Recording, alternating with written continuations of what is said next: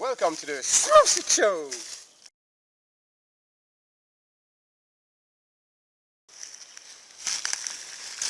So, welcome to the first show.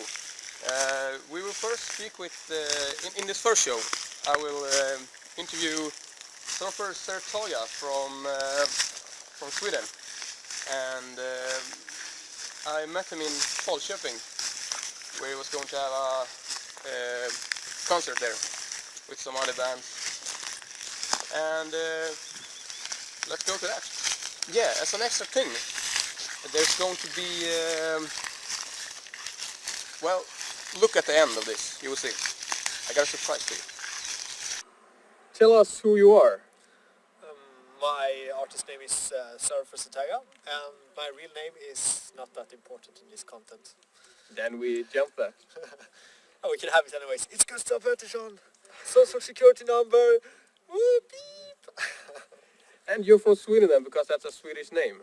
Yes, that's true. I'm from Sweden, technically. But in my heart and spirit, I'm from space. From space? Or as we call it in Sweden, rymden. Yes. But the secret is we are all from space. You know, Earth is in space. Star Child. Yeah. Stardust. Yeah. Star Dreams. Which is a song, actually, I released. No, I haven't released it, but I composed it. I'm going to perform it tonight at Falköping. Yeah, right now we are in Falköping. Yes, it's Swedish. Very Swedish. Yeah. How many times can you say Swedish in an interview? Let's do like this. Every time we say Swedish, we like to get whip. Whip that Swedish. So, explain, what kind of music do you do? Well, I make music on a Commodore 64 and I like sing and scream to that, and it's kind of hard to describe, but I like to call it data punk. Data punk! It's not like bit screamo. Yeah, you know, some songs, I don't know what bit screamo is. I have no idea, I just made it up.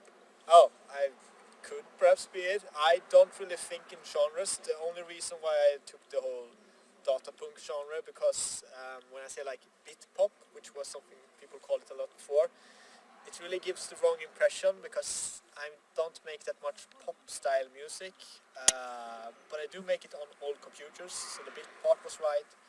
But I don't know, I do vocals and scream and you know, sing ballads and lots of noise and weird grooves and lots of crazy drums. It's data punk. What computers do you not like? What? Let's wait for train. What kind of computers do you not like? Is there any computer you don't like?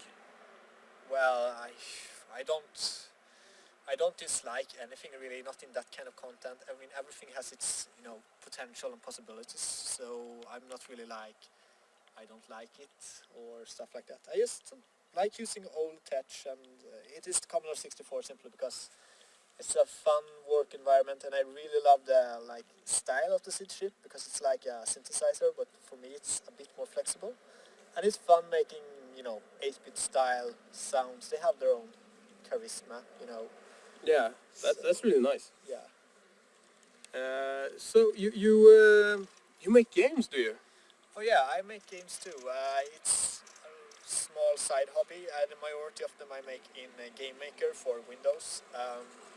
The thing I have as a theme in making the games is that I don't want violence in them. Instead, it's supposed to be like messages of love and stuff like that, and freedom and friendship, you know, positive things, which makes its own little unique challenges, because a lot of games have in their DNA that you use for you destroy objects and stuff like that. So taking that away is then make cats fall in love and stuff like that. Yeah, like that last one. I try that. Yeah. I can put up in a link here. So yeah, that's the kind of theme most of my games have. It's like great colors and love and stuff. They're very, very small and almost like casual kind of thing. But they have aesthetically, it's kind of like they could exist in a parallel retro universe. They have like pixel colors and all that stuff. So it's a bit of, a new expression with a bit of old things. Yeah, is love a common theme in your music? Yeah, and hate. No, that's a song actually, Love and Hate I made. But I think it's a lot of it has the classical, singer-songwriter stuff, where it's like a bit angst, feelings like, I just want to feel free from your emotion. Now I am trapped with your devotion, stuff like that. Right. But some other songs are more like, Dada Dragon, Dada Dragon, Dada Dragon, Dada Dragon. Is that your most famous song?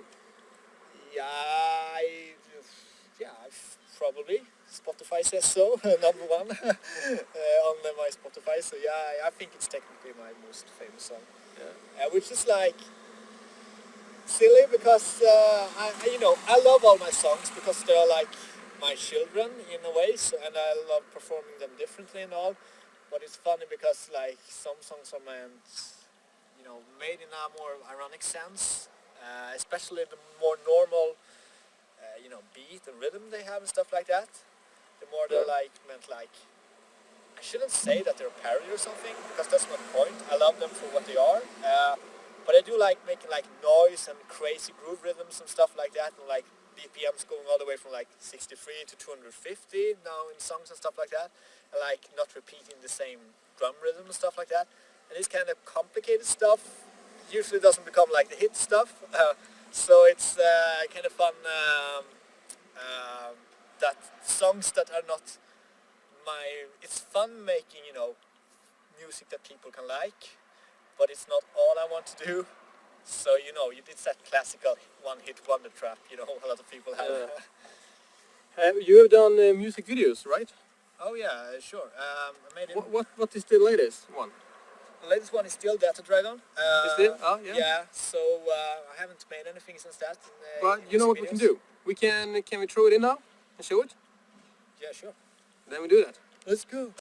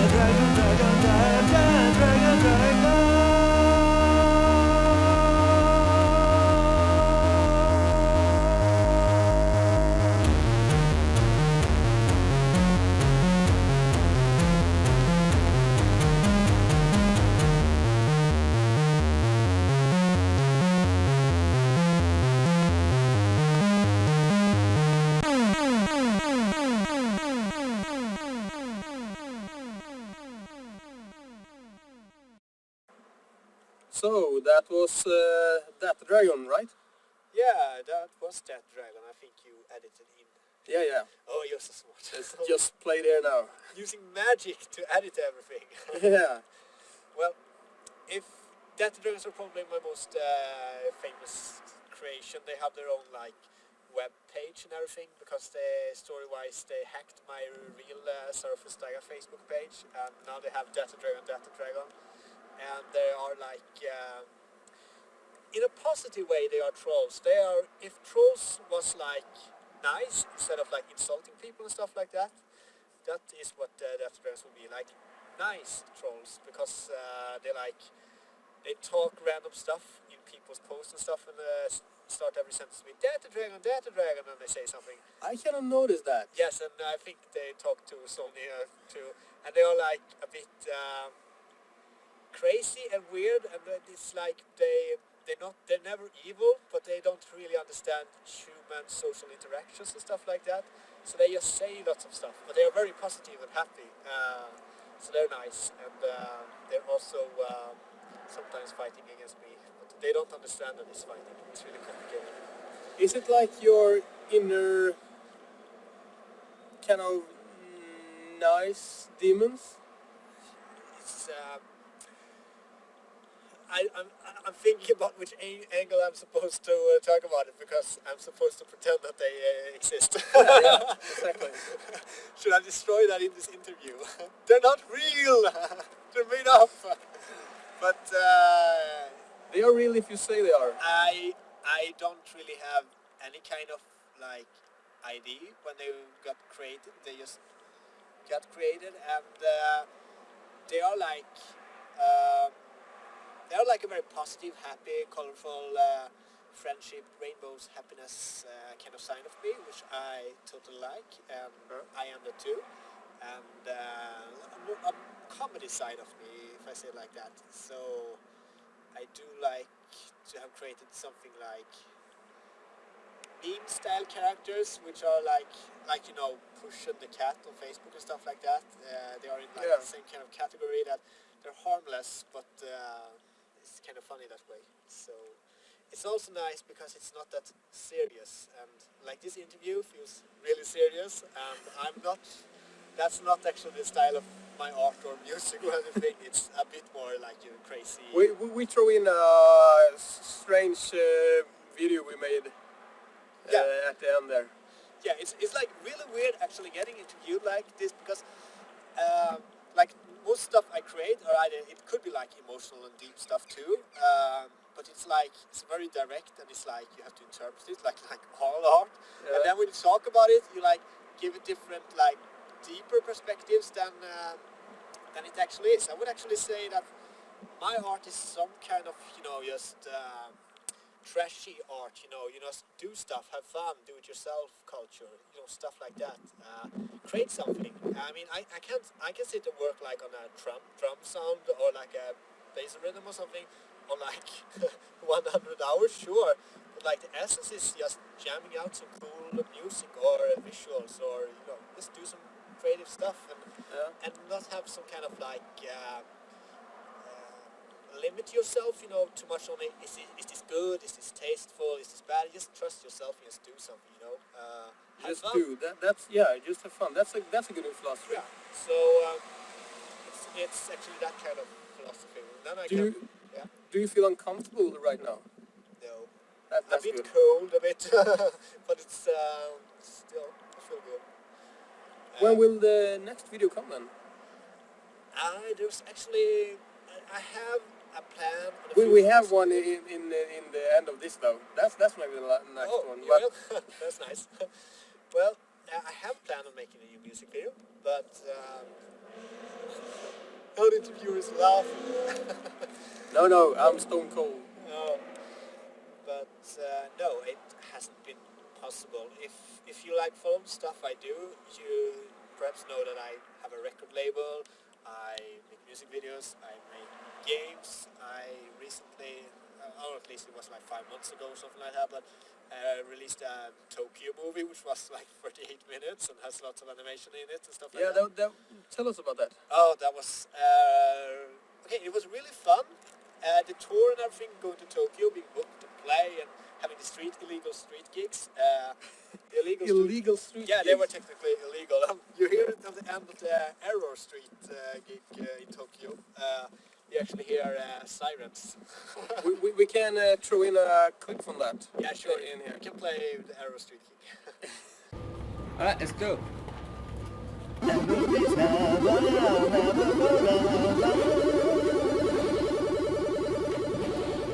Sarofer Zertaga in Tokyo.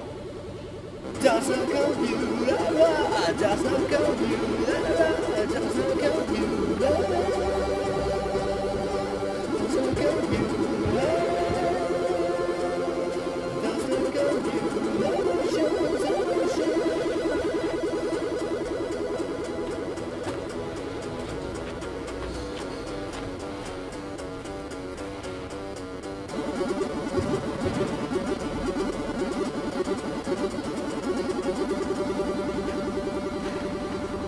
Everything's so wrong, everything's so wrong, everything's so wrong.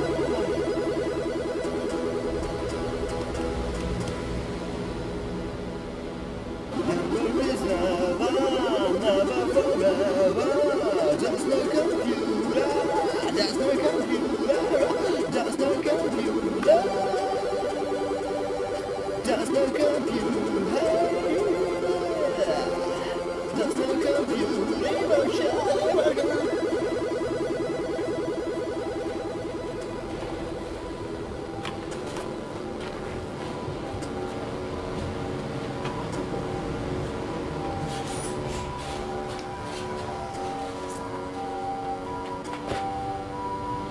Data Park in Tokyo. Ska vi dra? So now we saw a part of the Tokyo. Yeah. It's a documentary.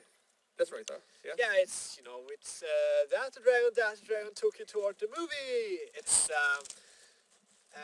like the Data Dragons went to a trip to Tokyo, and it's technically a classical, artist tour documentary. Me and Tess Freeze traveled to Tokyo, and I was booked to play at. She played also at Sabako at the Tokyo Game Show after party, and it was a fun weekend, and I fixed a cameraman, so we filmed everything. Pontus Nilsson is his name, by the way, the cameraman, and edited and made a really cool video about it. It's Cool. kind of slow as well, but it's a classical, Tokyo tour. It's classical. I will put up the link so everybody can see the full one, because the full one is on YouTube. Yeah. Or something, yeah. Watch it for free. All my stuff is free. You can just download it. It's awesome. So how long were you there?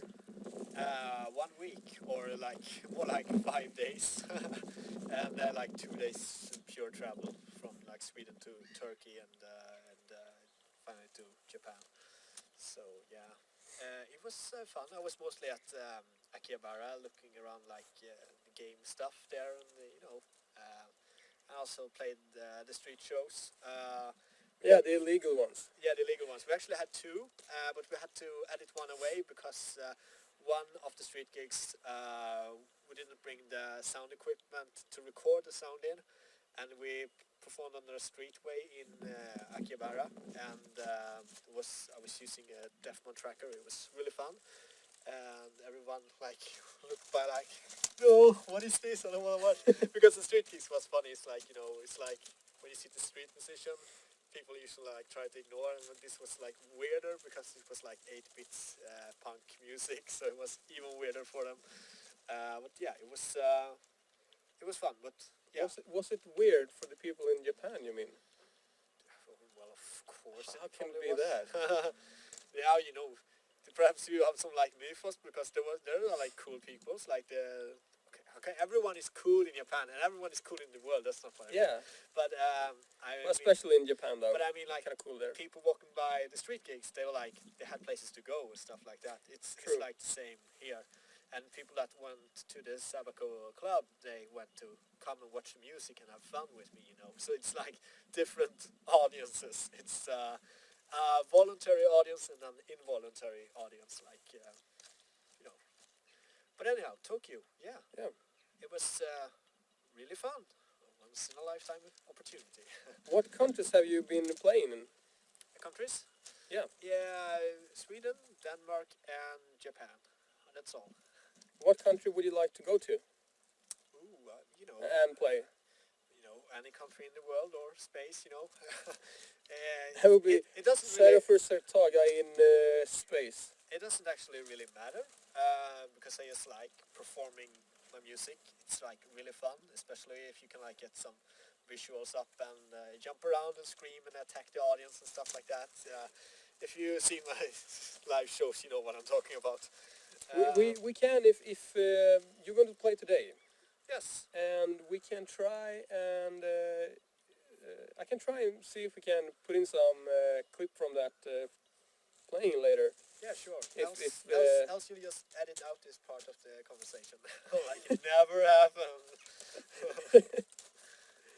Yeah. So what do the future bring, you think? All right. What do you want it to bring? Well, I don't plan that far ahead actually, but right now I have one more vinyl getting released. It's the first 7 Force #1 vinyl with me and Holy Connie. And it's gonna be nice because it's a long story, but what started the whole 7 Force record label was a vinyl that was a lathe cut vinyl and a very limited quantity of 20 units. And the sound of lathe cut vinyls are technically bad. It's like very amateurish. And, They're very cheap made, right? yes, and I couldn't even play. I was a bit disappointed because I couldn't even play my own copy at my own record player. Oh. So I was like, oh fuck! I was like when that happened. What am I gonna do? You know? But people bought it anyways, and that's probably the most cheapest thing I ever done, selling lathe cut vinyls that technically couldn't work. But I was honest about it, so you know. Did people say anything that they didn't work? I think it was only like 1 or 2 persons that wanted the money back, and I mailed everyone and told them that like, if when you get the vinyl, if you don't like it, the lathe cut vinyl, talk with me, you get your money back, because that was a very special thing, because those weren't technical vinyls, so I felt like it was false advertising, you know. Yeah. So long story short, finally. We're gonna release now next week the real vinyl with like sleeve folders because we have like increased since the 7 Force #4 Nordlef Moshe vinyl. We have more like they look like, you know, store vinyls more now with sleeves and folded jackets and stuff like that. And yeah, so there's a new Sarofer Zertaga vinyl coming out in perhaps a week. Nice. So that's nice. What do you want to happen next year? Where do you think you are? Oh, I have no idea actually, and that's a good thing because you know there's endless of possibilities. But you know, as far as I'm gonna still love making music and art and music videos and you know everything, games. Yeah, I'm probably gonna keep doing that. But then you know, there's no point in me saying like, in 1 year I'm gonna keep doing this, because if I like totally change direction in my life, or if the passion falls away, I'm gonna stop doing this like directly. Yeah. The point with me making the whole Sarofer Zertaga, making crazy art like expressions, punk style, it's never been about that much about you know, making people like it. It's mostly about like expressing myself and having fun doing it. So if That's that would if that would change in the future, I would stop doing it, because that's my main goal, just having fun with it. But then again, I do love the opportunity of being able to express myself through art. So, and yeah, I probably will do that for the rest of my life. I think every artist more or less wants to do it, and they can get like, you know, moments in life where I'm getting long-winded now, I know. Duh. But, you know, moments in life where other things happens. But, yeah, I don't know. But what I'm going to try the most is to at least keep the 7 Force releases going, because there's supposed to be a series of 7 vinyls. And I've talked... How many are going to be next year then? Next year is impossible to say, because I give each artist 1 year in deadline and stuff like that. And we have another one that might come this year if everything economically works. So there might be no one next year or one next year, but there will be one probably next week. And, Probably, they're not even sure when next week. yeah, well, it is in France right now, getting pressed. They finished the sleeves and they finished the inner jackets, and they're finishing the test pressing, and then like they have finished the main pressing of the 100. That goes really fast, and shipping goes fast. So, and from experience, because I pressed like 300 vinyls by now, it takes like 9 weeks for them to do it in France. So do the vinyls.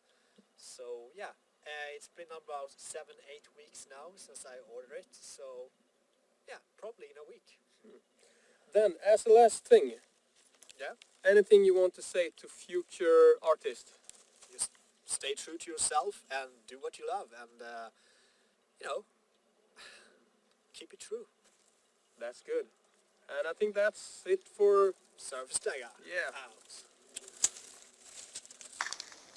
And now, that extra thing that I was talking about, we're going to watch a music video that was just released by the Mexico band Baby Dollz.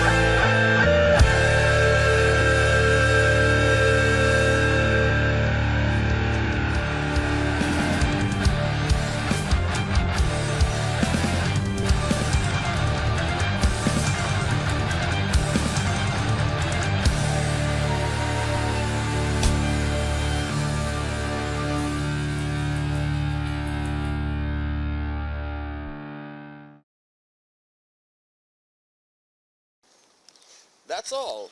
And I hope you liked it. I had a radio show before that I brought here now, and I will be back somewhere, somehow,